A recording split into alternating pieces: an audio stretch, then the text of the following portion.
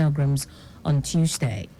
WAEC records 1.8 million registrations for 2024 West African Senior School Certificate Examination. On the foreign scene, European Union restricts visa for Ethiopians amid repatriation row. In sport, Nigeria's para-badminton player Mariam Bolaji gets more tribute after historical performance in Spain. Now the details. I am Taiwo Baruwa.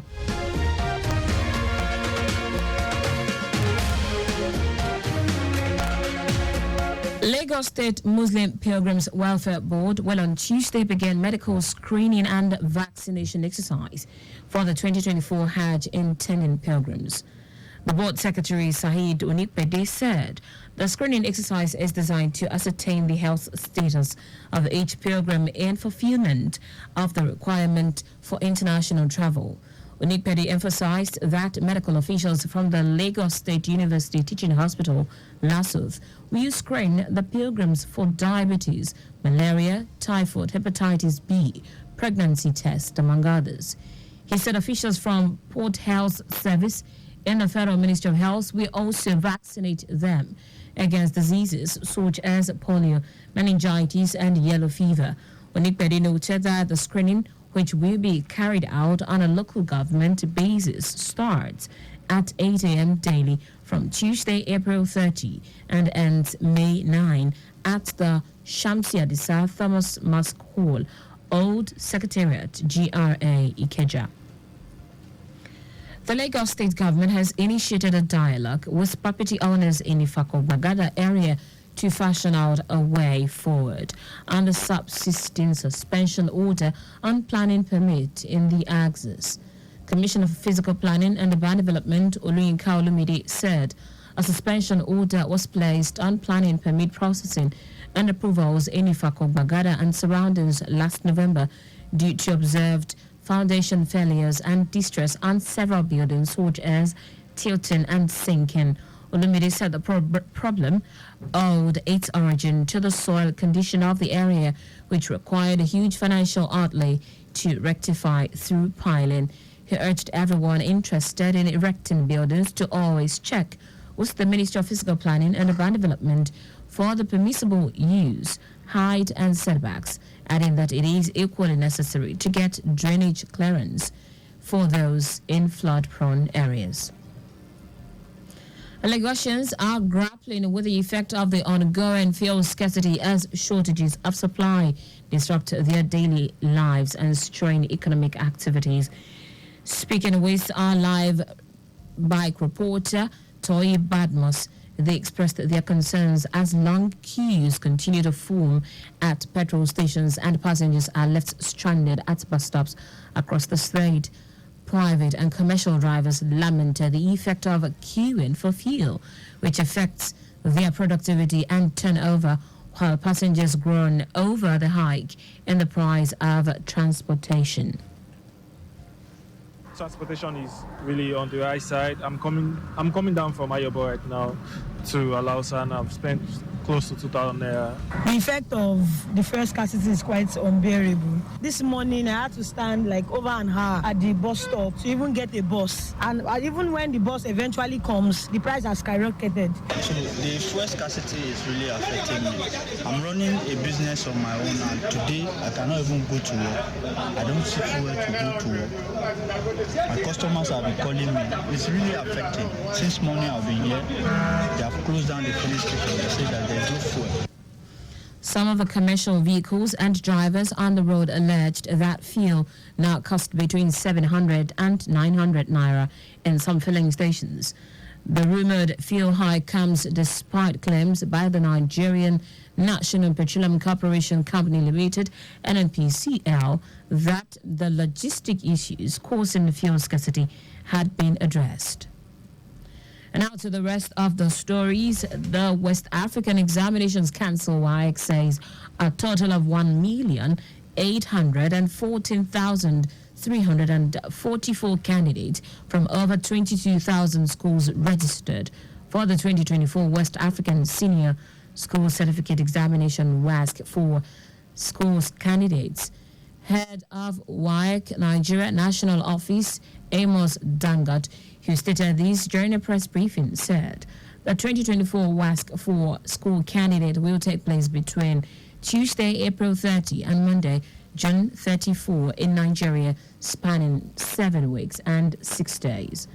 Dangot said candidates would be examined in 76 subjects made up of 197 papers, while about 30,000 practicing senior secondary school teachers nominated by various ministries of education will supervise the examination.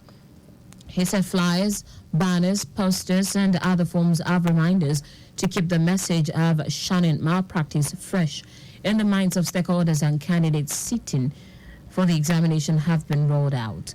Dangot also sounded a note of warning to all operators of rogue website and parents that WAEC will not condone their heinous acts during the conduct of the examination. While assuring parents and a candidate of safety, the head of national office said the council is liaising with the Inspector General Police and state government to provide adequate security to ensure that the examination is conducted nationally in a safe and secure environment. And the federal government has appealed to the United States of America to repatriate more illicit funds transferred from Nigerian officials through its banking system. Minister of Foreign Affairs Yusuf Tuga made this appeal in his remarks at the 6th session of the Nigeria-U.S. Binational Commission in Abuja. Tuga, who was represented by the Permanent Secretary, Minister of Foreign Affairs Adamu Lamua, emphasized the need for increased support from the U.S., citing $308 million as insufficient compared to Nigeria's losses from illegal fund transfers over the years. He reiterated the federal government's commitment to utilizing these funds for the collective benefit of its citizens in line with agreement with development partners.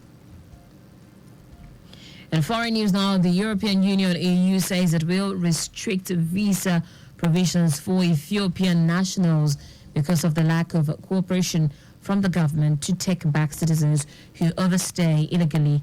The EU Council said it would no longer issue multiple entry visas to Ethiopians and would also stop waiving the visa fee for Ethiopian holders of diplomatic and service passport. The visa processing would extend from 15 to 45 days. Meanwhile, Ethiopian authorities are yet to comment on the matter. In sport now, more tribute are pouring in for Nigeria's para-badminton player, Mariam Bolaji, who made history again after winning gold at the Spanish Para-Badminton International 2024 Level 1 tournament in Toledo, Spain. Kwara State Governor Abdurrahman Abdulrazak congratulated the Kwara-born Bolaji on her historic performance and also encouraged persons living with any form of a disability to be motivated and believe that hard work and determination can take them to greater heights. Also, the president of the Badminton Federation of Nigeria, Francis Obi, described Bolaji as a consistent performer, noting that she has proven that her feat in Victoria last week was not a fluke. At the tournament in Toledo, which ended on Saturday, Bolaji showed class to defeat the world number 5 ranked player Mandeep Kaur from the India 2-0 to clinch the gold medal and remain unbeaten in 2 Spanish internationals in 1 week.